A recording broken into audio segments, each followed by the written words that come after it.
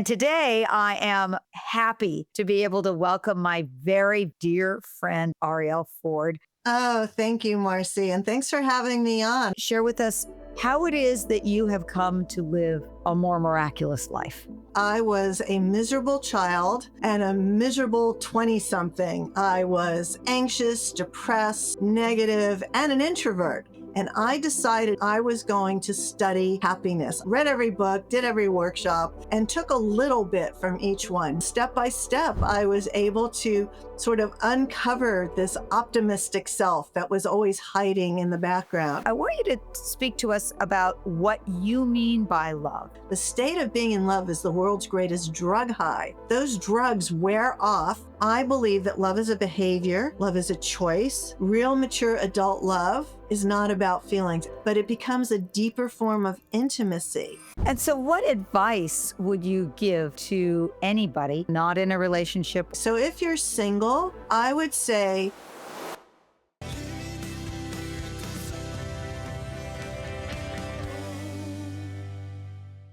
You are not meant to struggle. You are meant to live in the miracle zone.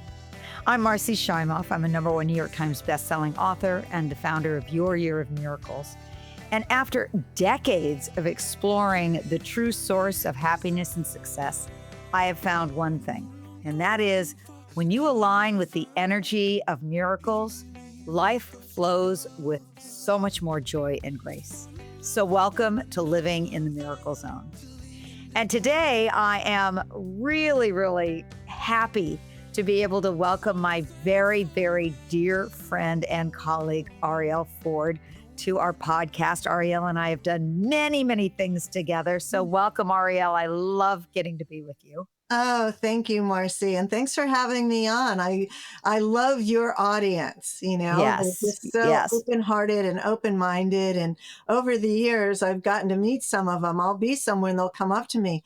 Oh, I'm in Marci's Miracle Zone group and we heard your interview. And it's just always so fun because they're always such great people. Yeah, we have great, great, great people. I love them as well. So thank you for appreciating them. And I'm going to tell people a little bit about you, Arielle, and your background. So Arielle is a leading personality in the personal growth and contemporary spirituality movement. She has for the past 30 years, but I actually think it's more than that, Arielle. You've been living and teaching and promoting consciousness through all forms of media. You are an award-winning author. You've written 11 nonfiction books, including the international bestseller, The Soulmate Secret, that my husband, Sergio, and I are in. And you have your newest extraordinary book, The Love Thief, out. And I know we're going to get to talk about that and the miracles of that. And what is not in your normal intro, Arielle, is our background together. I actually first met Arielle when I wrote my first Chicken Soup for the Soul book, and Arielle was our publicist. Arielle is really the person that put Chicken Soup for the Soul on the map. So I thank you so much for that. And that was more than, that was 30 years ago. And we've been dear friends ever since. This was when both of us were single. And a couple of years later, she met her awesome husband and soulmate, Brian. And I met my a year or two after that, I met my husband, Sergio, and Arielle has always been kind of, I think, one of the fairy godmothers of my relationship. When Sergio and I have troubles, she's always on my shoulder going, oh no, he's the one. And here's what you need to change. So Arielle, I so appreciate that. Oh, thank you. Yeah. And you're really good at taking feedback. So yeah, you. When Arielle speaks, I listen. That is for sure. So, I know that you've shared this before with some of our listeners, but we have a lot of new listeners as well. And I would love for you to just share with us how it is that you have come to live a more miraculous life. Well, it's a long story. I'll try to do the short version, but basically I was a miserable child, a miserable teen, and a miserable 20 something. I was anxious, depressed, negative, and an introvert. And at the age of 28, I distinctly remember being at a very fancy party in Key Biscayne, Florida, wondering how could I be happy? Who are these people and why are they smiling? And I decided in that moment I was going to study happiness. I was going to study happy people. I was going to figure out how to stop being this miserable, wretched person. And I dedicated many years to it. And I picked two people that I knew were happy to sort of emulate. And they were both aunts of mine, one on each side. And the thing that they both had in common was that they were married to men who worshiped them and they didn't have any children. And I thought, that's the key to happiness. No kids. So that became my life study for a long time. And it wasn't easy. I read every book, did every workshop, and took a little bit from each one. None of them was the cure. None was the solution. But, step by step, I was able to sort of uncover this optimistic self that was always hiding in the background and turn myself into an extrovert. I'm sort of a phony extrovert. It's not my nature, but I used to fake it, and I got so good at faking it that it became my nature. None of it was instantaneous, but I'm glad that I took every single baby step along the way. Well, your story is so parallel in so many ways to my own story, being an unhappy kid. I think this is, you're definitely a soul sister of mine, and how we've both really studied happiness and worked at it. And if I compare how we are now to how we were 30 years later, it's pretty dramatic and it's pretty inspiring, I think, actually, for both of us, what's happened. And one of the things, Arielle, that you have always done that has really impressed me is you've always listened to your soul to follow what to do next. You've walked away from parts of your career that were going really well, but you knew it was time for something else.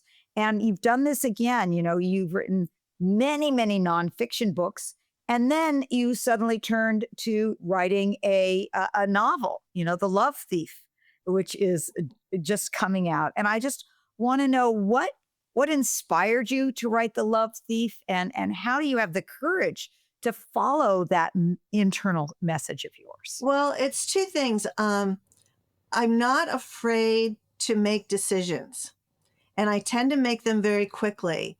And when I get the message internally, okay, this is over, whatever it is. I mean, I did. I closed down my PR firm at the height of my career. Most people would have said, oh, you're the number one marketing book publicist in the universe, and you're shutting it down. But I knew that if I didn't, I was going to die. And Brian knew it. And he said to me, if you keep doing this, you're going to get really sick, because it was just too hard. And I knew that I was done. I knew that I had come in with all these soul contracts to work with certain people, and I had completed that. And so even though I had no plan B, I just went for it. And it was very scary. And there were many days I was hiding under my comforter, afraid to get out of bed. But I did it, and I'm so grateful that I did. So I trust that there's a plan for me. And part of it's always been this conflict that I've had between living and teaching law of attraction versus living and receiving my destiny. And now I've decided that everything I taught and I used in law of attraction, does it work? It worked for me. It worked for my students. Am I still doing it? Absolutely not. I'm almost 73, and I'm at this point in my life where I've decided that the biggest, greatest, most amazing stuff that's ever happened to me, I did not manifest, because my imagination was never big enough to dream it up. But it came at a time when I was at my lowest point, where I was desperate and depressed and didn't know what the next step was, and just threw up my hands and said, okay, God, show me the next step. And I just followed the breadcrumbs. And by allowing myself to not know and to receive the breadcrumbs, then these amazing things would happen. And that's kind of what happened with writing The Love Thief, because when it first started to appear as a movie in my head, I kept pushing it away. Oh no, I don't know how to write fiction. I never once had a conscious thought I should write fiction, did not want to do it. And yet the movie kept coming and I kept seeing what it was. And I did not want to do it. And finally, a funny thing happened. I got an email from masterclass.com and it said, learn how to write a thriller with Dan Brown. Now, Dan Brown's one of my favorite authors. Yeah. And I thought, well, I'm not going to write a thriller, but I'd like to spend time with Dan Brown. So I signed up. And on the third episode, I'll never forget this. The third episode was Location as a Character in Your Book. And it was all about how Florence, Italy was a character in the Da Vinci Code. Mm-hmm. And as I was watching this, I thought, well, the movie in my head keeps showing me that Rishikesh, India is a character in my book. So I sat down and I had this little conversation with God. And I said, listen, God, I don't want to go and do this book. I just don't want to do it. But if it's my destiny and I can manifest a $7,000 business class ticket to India, I will know that you want me to do this. And 2 days later, I had the ticket. And Whoa. yes, Whoa. that's a whole other story. But the ticket appeared and it's like, okay, here I go. And I'm grateful that I didn't know it was going to take me 5.5 years to learn how to write fiction. Because here's the thing you need to know if you're a writer. There's nonfiction and there's fiction. And the only thing they share in common is words. Other than that, what you know about one or the other does not make you an expert. So it was really something else. I'm glad that I did it. I'm thrilled with how it turned out, even though I rewrote it and rewrote it and rewrote it. And the longest chapter in the book is the acknowledgments. All the friends who loved me and supported me and helped me and gave me feedback. So it's been a journey. And now I'm just super excited to share it with the world because my readers keep telling me that 95% of every woman who reads the book has been betrayed and has had their heart crushed and broken. And they tell me that reading this book for the first time, they feel seen and heard, and all the healing and love I coded into the book, they're receiving. And they're actually getting healing by reading this, spiritual, romantic adventure thriller. So that's very gratifying. Well, Arielle, first of all, amazing congratulations to you for your ability to trust and surrender. And really, there's a huge difference between I'm going to do this, I'm going to make this happen, I'm going to manifest this, and okay, what's the universe showing me? And that you followed through. You followed through. You took the Dan Brown thing. You said, okay, if I'm supposed to go to Rishikesh, I need a first class ticket. And there it shows up a few days later. It's following those breadcrumbs and trusting them and, sticking with it as well. You had a 5.5-year pregnancy. That's a long pregnancy. Yeah. And I for every book I've ever completed, I've given myself a push present.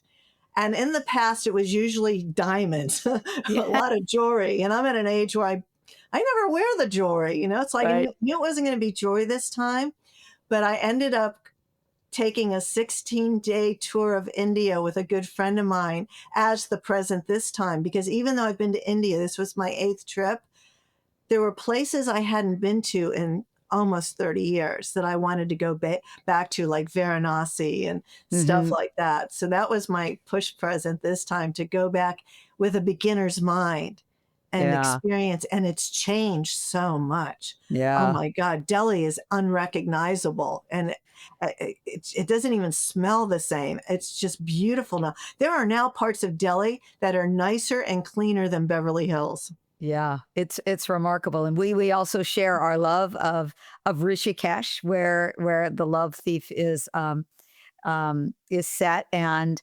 I so, first of all, I just love the book. I love that it's about this universal theme of betrayal, and how you heal from that. And so, I think that the story in the book, you have a lot of, um, I know you've had some pretty amazing experiences in the writing of the book, but I'd love for you to share kind of the miracle of healing that's within the Love Thief, because you incorporate living the miraculous within the whole idea of the book. So maybe you could share that. Yeah, so my heroine, Holly, has had her dreams crushed, and a sociopathic, toxic narcissist really targets her and ruins her life on every level.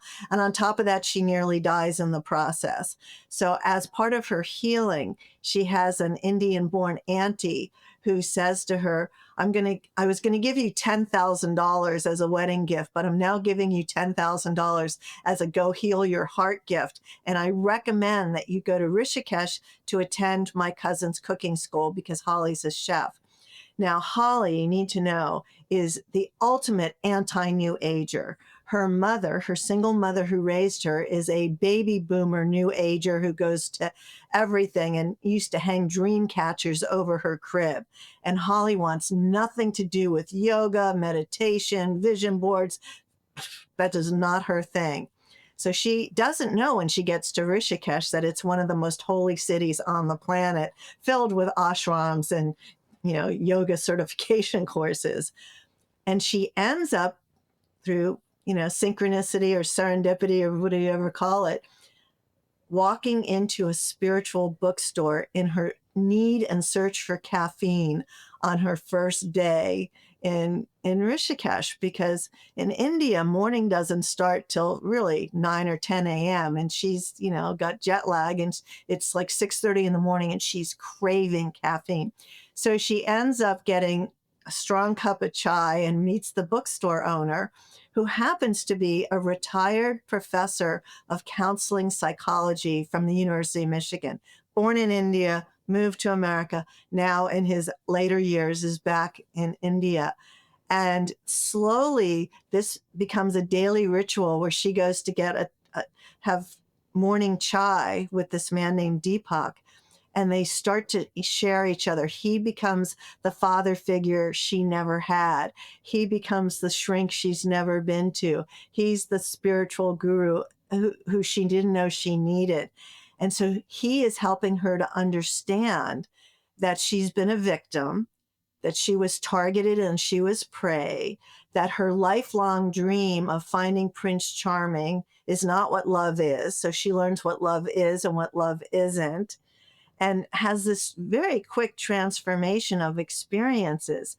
But what she doesn't know is that she is also healing him, because Mm. he has not gotten over the death of his beloved soulmate and wife. So it's this beautiful, loving relationship. And he's the one who sends her to the Paramath Niketan ashram across the water. And she meets Sadhviji and Swamiji, and all these wonderful things start to happen as she hears Sadhvi's story and how immersing herself in the Ganga, and giving away all her pain actually becomes a way to heal her. So it's an adventure story. It's got recipes in it if you're a cook. It's got beautiful love in it. And as I was writing it, I didn't know that I was writing it as a catharsis for myself. Not that I've had that level of betrayal, but 3 women close to me have. I've gotten them through what it's like to be targeted by a toxic narcissist. And all 3 of these women are famous, spiritual, household name teachers who I don't out in the book. But the point of the book is, if this has happened to you, it's not your fault. Stop Hmm. blaming yourself. Stop Yeah. saying, oh, I missed the red flags. You were targeted. You had no choice. These Yeah. men are beyond charismatic, and charming, and they know how to hook you in. And my dear friend Helen Fisher, who recently passed, one of the world's leading biologists on love, she once told me that overcoming heartbreak is harder than overcoming a cocaine addiction. Mm. So for Wow. anyone who's experienced heartbreak, this is going to take you deep into your pain and then take you right out of it and give you options and tools and ways to heal your heart. And it's kind of like spirituality through the back door. And I Yeah. didn't have a plan. It wasn't like I did an outline. Oh, this is the kind of book I'm going to write. I was commanded by my sister who's on the other side and other ancestors and driven to produce this book. Yeah. So, when I read it, it's like, who wrote this? Like, how, I can't even believe that it came out of me. So even though my name's on the cover, I feel weird taking credit for the story. Yeah. And when Arielle mentions her sister who's on the other side, many of you may not know, but you certainly know who her sister was, Debbie Ford. Debbie Ford, who wrote The Dark Side of the Light Chasers, amongst a number of other books. And I think that Debbie might be one of those people that you're referencing in the Oh, book who oh no, had a situation. there's no doubt. Yeah. The first line of the book came to me as the movie was playing out. And the first line of the book is, "My mother was right." And it's like, Mm, which is something Debbie would say from time to time. And it's like, yeah. oh, who couldn't relate to that, right? Yeah. Who my Yeah. mother Yeah. Yeah. was. Yeah. So Arielle, it's so amazing how our background leads us to to whatever's next in our life.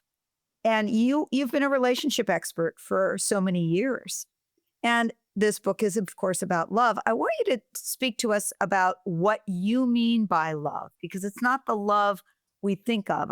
And how do we start to experience more of that kind of love, which is really the love that's the basis of living in the miracle zone. Yeah, and I've written about this mostly for myself because like most women, I thought love was a feeling. I Hmm. thought love was this swept away champagne running through my veins, you know, mad, see if someone across a crowded. I thought that's what love was. And as a committed student of love, I discovered there is actually no love involved in the state of being in love. The state of being in love is the world's greatest drug high. It is your brain on drugs, on oxytocin and dopamine and adrenaline and words I can't even describe. And it's fabulous. But when you're in that state, you're doing it with a stranger. Now, why do we do it? It's nature's trick. It's on purpose to get us to procreate. So people fall in love and then they pretty quickly, like within a year or two, decide to spend the rest of their life with a stranger, right? And then those drugs wear off for everybody. It's anywhere from 6 months to 3 years, but they disappear. Now they do come back from time to time, but you're never going to have that massive, amazing, really feel good drug high again, although there are ways to trick it, and that's a whole other conversation. So for me, I believe that love is a behavior. Love is a choice. It's a decision. It's an action. It's a way of being. And if you're married to your soulmate, you quickly find out that there will be days that you hate them. You literally hate them. And it doesn't mean that you don't love them and that you have to choose. I mean, that's why I wrote my book, Wabi Sabi Love, and turn your mate into your soulmate. Because, people are saying, well, they'll leave somebody and they'll say, well, I do love you, but I'm no longer in love with you. And that is a true statement. It's true. You're no longer in love. But that's not a good enough reason to leave. And in fact, the new research shows that 32% of men and 28% of women who get divorced later regret it. Mm. They later regret leaving somebody who's known them forever, who could, be their best friend and take a bullet for them because they did one thing or they refused to change certain things. So it's a complex, complicated thing. So love, real mature adult love, is not about feelings. And there are good feelings and the feelings come and go, but it becomes a deeper form of intimacy where you can really hold space for your partner and they know your shit and you know their shit, and you can laugh about it together. Like I'm an oldest child, so I tend to be really bossy. And Brian's a youngest child and he has some people pleaser stuff that goes on. But his biggest thing is that as the youngest child, he always wanted to be heard. He wants to be heard. And I'm Mm, a very bad listener. And I'm not all that interested at times in what he has to say. So over the years, I've had to train myself to be a better listener and to understand he needs to be heard. And over the years, he's had to get used to my bossiness and come up with code words for when I do get too bossy. Now he just looks at me and laughs and said, "Oh, I see Sheila's here. That was my mother's name. I'm very much my mother's daughter." And we laugh about it. It's not like I get offended. It's like, oh, I need to dial it back. mm, Right. And so mm. even now we're in our 28th year together. Can you believe it? 28 As time years. flies. Time does fly. I'm still learning. He's still learning, but it's much easier now. Like Mm. we know no one's going anywhere. I am devoted to him. He is devoted to me. And it's funny. It's just funny now how the fact that some things never change. I still do things that annoy him, and he's quick to tell me, and he still does stuff that annoys me, and we accept that uh, we're not going to change much. And so, what advice would you give to anybody, single, not in a relationship or in a relationship, to live more in this state of love? So if you're single, I would say that you need to choose wisely. So the book that I'm telling everybody to read right now is not one of mine. It's called How Not to Die Alone by a Mm, woman named Logan Ury, who is the shrink for the dating app Hinge. It is the best, sanest, most grounded, informative book on how to date and mate and choose a partner, how mm. not to die alone. For people who are already with somebody, you know, here's what a good, long lasting relationship needs. It needs connection. It needs great communication skills, which can be learned. And there's lots of people who teach those. My favorite happened to be Harville and Helen Hendricks. They're just the best at communication skills. It needs some chemistry, but not a lot. You don't need tons of chemistry, especially if you're over 50. Those hormones are dropping, but some chemistry and some attraction. And there's another one, compatibility. Wabi Sabi Love as well. Yes, That's a great one to read. Yes, Wabi Sabi Love is all about finding the beauty and perfection in imperfection. Yes, So if you're with somebody, then start making an effort. And if your partner doesn't want to make the effort, then you make the effort. that's right. You don't Yeah. have to demand that they do that. And things are going to come and go. I was watching a little bit of an Oprah Michelle Obama interview late last night. And Michelle was so funny. She was talking about, Barack and I have been together for 30 years. And for 10 of those 30 years, I didn't like him at all. Whoa. Yeah, I Mm. didn't like him at all. And they readily admit they've been in couples therapy most of their 30 years. So it's not like, if it's not working for you, it's because it doesn't work. It's hard living with another human being. Human beings are annoying. They are not puppies and kittens. It's easy to love puppies and kittens. And of course, they love you unconditionally. Yeah. But being with another partner, whether it's male or female, takes emotional management, in Yeah. which case you have to have a spiritual toolkit. You and I have very similar spiritual toolkits. We have heart math, we have tapping, we have friends in which we can vent to. We go for walks. We know how to be pleasure puppies. We fill up our oxytocin tanks. You have to do all of those things all the time. It's not like, when I first started doing different workshops, I was always pissed off when I found out at the end of a 3-day workshop that half the room had done that workshop before. Yeah, And it's right. like, what do you mean this is your third time? It didn't work the first time? Like, I came out of it thinking, magically, I no longer have all this resentment to my mother or my father or whatever it was. Yeah. It's an ongoing process. I was in a conversation with somebody the other day who was telling me about this woman who's really gotten catfished online and the whole nightmare of it. And at and I had worked on that a lot because of my friends who'd gone through stuff like that. And all of a sudden, I was triggered. All these feelings came back out of nowhere. And I was like, oh my God, I thought I handled this. And now I got to go back and handle it again. It's just the way it is. So here's what I've learned about personal growth. And you're going to hate me for telling you this. Here's what I know.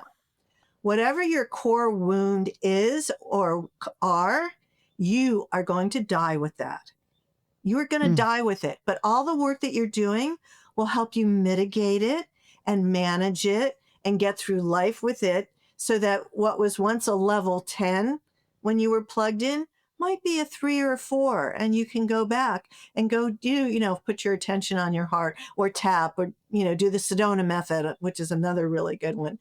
I do all of those almost every day. There's something I'm tapping on somewhere. So it's okay. You're not going to be perfect and you can have miracles.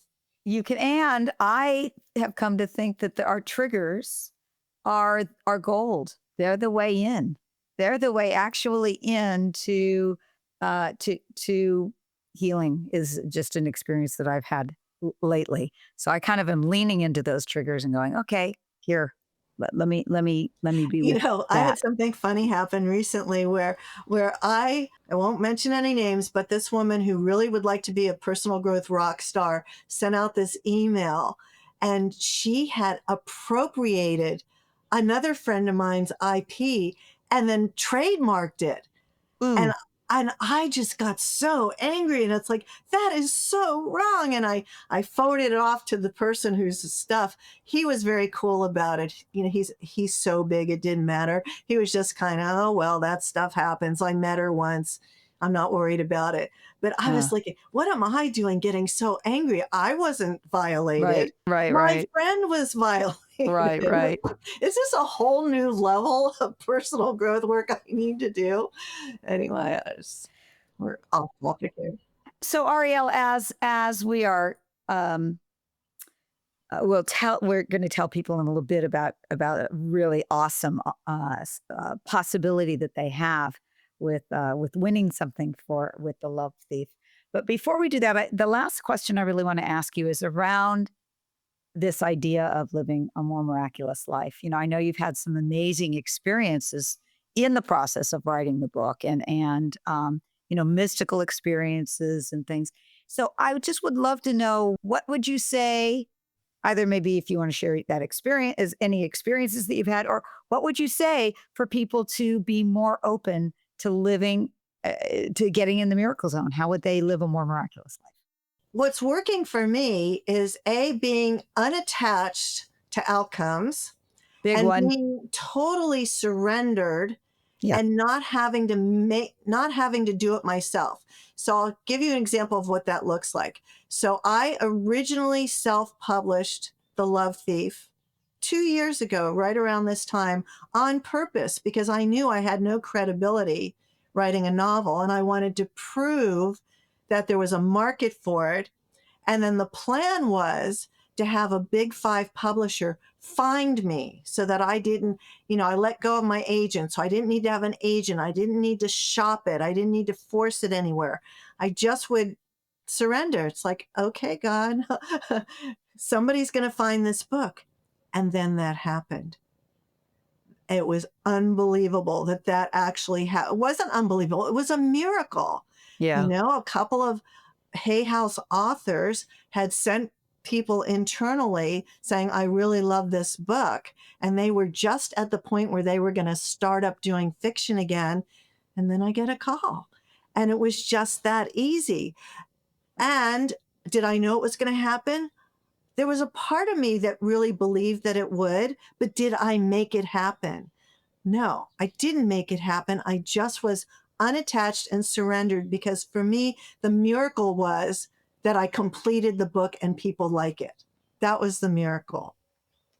Well, you you followed your heart, you followed your inspiration, you followed the soul all the way along in the process of writing the book, and it shows and it's exquisite, and I love that it's coming out again very soon with Hay House publishing it, and I think that you mentioned to me that there's an opportunity for people to pre-order The Love Thief and Yeah. win some. So tell us about Yeah. that. So there's going to be an audio book, which I'm excited about, a Kindle version, and a paperback.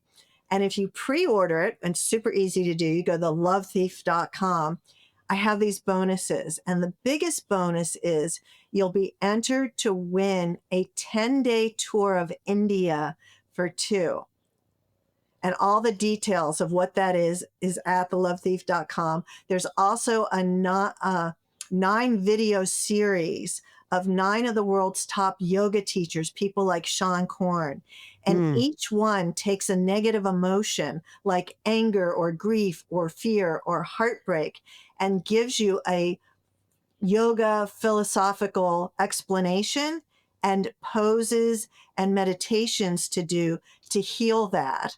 So you can download all of that. And then I'm also going to be doing a live Zoom with 3 of my favorite love experts, Carol Allen, Ken Page, and Evan Mark Katz. And we're going to do 90 minutes of Ask Us Anything about love. And we'll be giving away 4 free one-on-one consultations with each of us. So there's really fun bonuses. Whoa. Pre-order campaign. Those are fantastic bonuses. I mean, those yoga classes and the call with you and the other 3 love experts, and getting put in those drawings as well. So I really, really encourage people to get their copy of The Love Thief now. It's a fabulous book. It is a fabulous read, and you will walk away feeling. What would you say your biggest hope is that you want people to walk away feeling from the book? Oh, a couple of different things. So, if betrayal's been an issue for them, that they actually get some deep healing. But even more than that, it's adventure travel. It's Yeah. about, falling in love with the possibility of going to India someday if you're drawn to do that. Because as Deepak Chopra once said to me, in India, spirit is not hard to find. Yeah. It's impossible to avoid. So if you want to have a spiritual, mystical experience, you'll get a big taste of it in reading The Love Thief. And maybe if you pre-order it, you might end up getting to go. Yes. Great. Great. Yeah. So, Arielle, you are, on top of being so wise about so many different topics, you are also an exquisite writer. And I've always told you that. Thank you. I'll read anything that Arielle writes, even a little thank you note. And it's just so creatively and well written. And Arielle, I love that I get to share my life with you. We travel together. We're going to get to go away together soon. And you are always a big yes for what works in making people's life the best and in what love truly is. And so I encourage everybody to find out more about Arielle. You can go to thelovethief.com. You can also go to arielleford.com. And I'm going to close, Arielle, with a quote from you.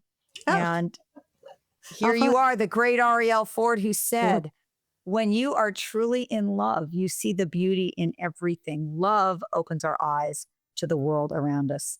And that's being in the state of love, not in the drug of love. So thank you. Thank you so much, Arielle. I love being with you. And I love getting to be with everybody here, because I think our community is really a stand for what it is we've just been talking about today, about what love truly is and about living a more miraculous life. So I thank you all for joining us today. And if you're drawn to this conversation, it wasn't by accident. Something in you is really ready to live more fully in the miracle zone. And I hope that you are feeling uplifted and inspired and more aligned with that energy of miracles today. And if this episode touched your heart, then please share it with someone you love. And remember also, you can download your free gift from me, which is our ebook called Manifest a Life of Miracles, 4 Steps to Living in the Miracle Zone. You can get that at themiraclezonebook.com.